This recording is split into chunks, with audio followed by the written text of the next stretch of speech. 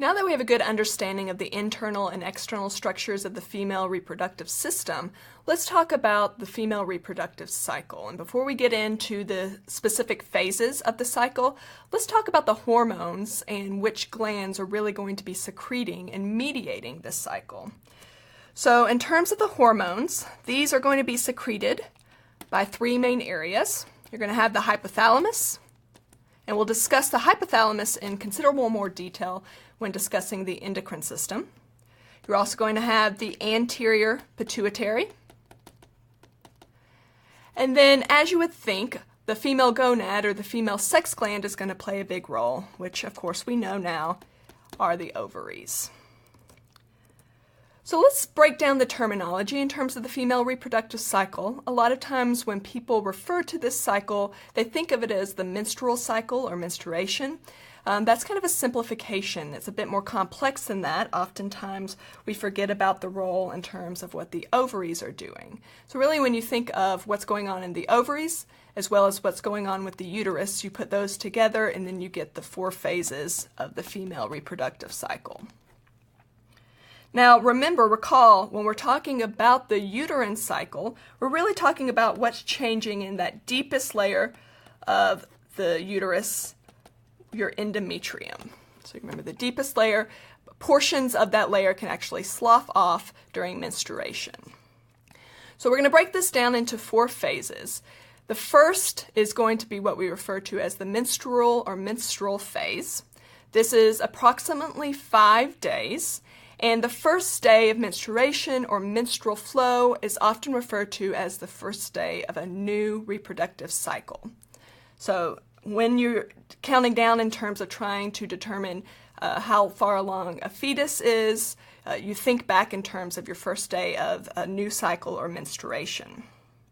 Now, in terms of what's going on with the ovary, you're going to have the formation of new oocytes in that region, and it's going to start the process of maturation. But in terms of what's going on in the uterus, you're going to have the flow of menstrual fluid.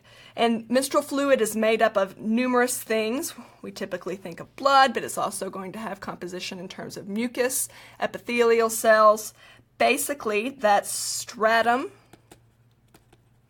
functionalis is going to slough off in this region here, and it's going to follow the exit pattern of the uterine cavity, the cervical canal, so the cervix, the vaginal orifice, and eventually through the exterior. Now, all that's going to be left within the uterus for that endometrium is going to be that stratum basale. So 5 days is the typical length of the menstrual phase. Then move into the pre-ovulatory phase. This is going to be the most variable in terms of length. So if you have differences in terms of how long the reproductive cycle is, it's typically due to the length of this phase. Now, one thing that I forgot to mention at the beginning, when we're talking about this reproductive cycle, we typically think of it as 28 days, but this can vary considerably. You can have anywhere from 24 up to 32, 35 in terms of the entirety of the reproductive cycle. And so if you have variation like this, it's mostly due to this particular phase. Now, what's going on in terms of the ovaries is you're going to have a dominant follicle that's going to change and morph eventually into what we refer to as a mature follicle. So getting ready for that oocyte to actually be expelled from the ovary into the peritoneal cavity. Now, what's going on in terms of the uterus is you're going to have the rebuilding of a new stratum functionalis. So remember, it's previously it was sloughed off in terms of the menstrual phase, so you have to form a new stratum functionalis within the uterus. The third phase is going to be ovulation. Now, this typically occurs around day 14. It doesn't last more than a few days, 1 to 2 days. And we refer to as an individual within this phase as ovulating. And what occurs here in terms of the ovaries is you're having the rupturing of that mature follicle, and that is going to release that oocyte, or that secondary oocyte, into the peritoneal cavity. So remember, in terms of the ovaries, this is intraperitoneal, so if there's release, it has to go into that peritoneal cavity. Now, we discussed it will not stay in the peritoneal cavity very long before it moves into the fallopian tubes, or those uterine tubes, in order to either be fertilized or to eventually, fertilized or not, it will end up in terms of the uterus. The fourth phase of the reproductive cycle is going to be the post-ovulatory phase.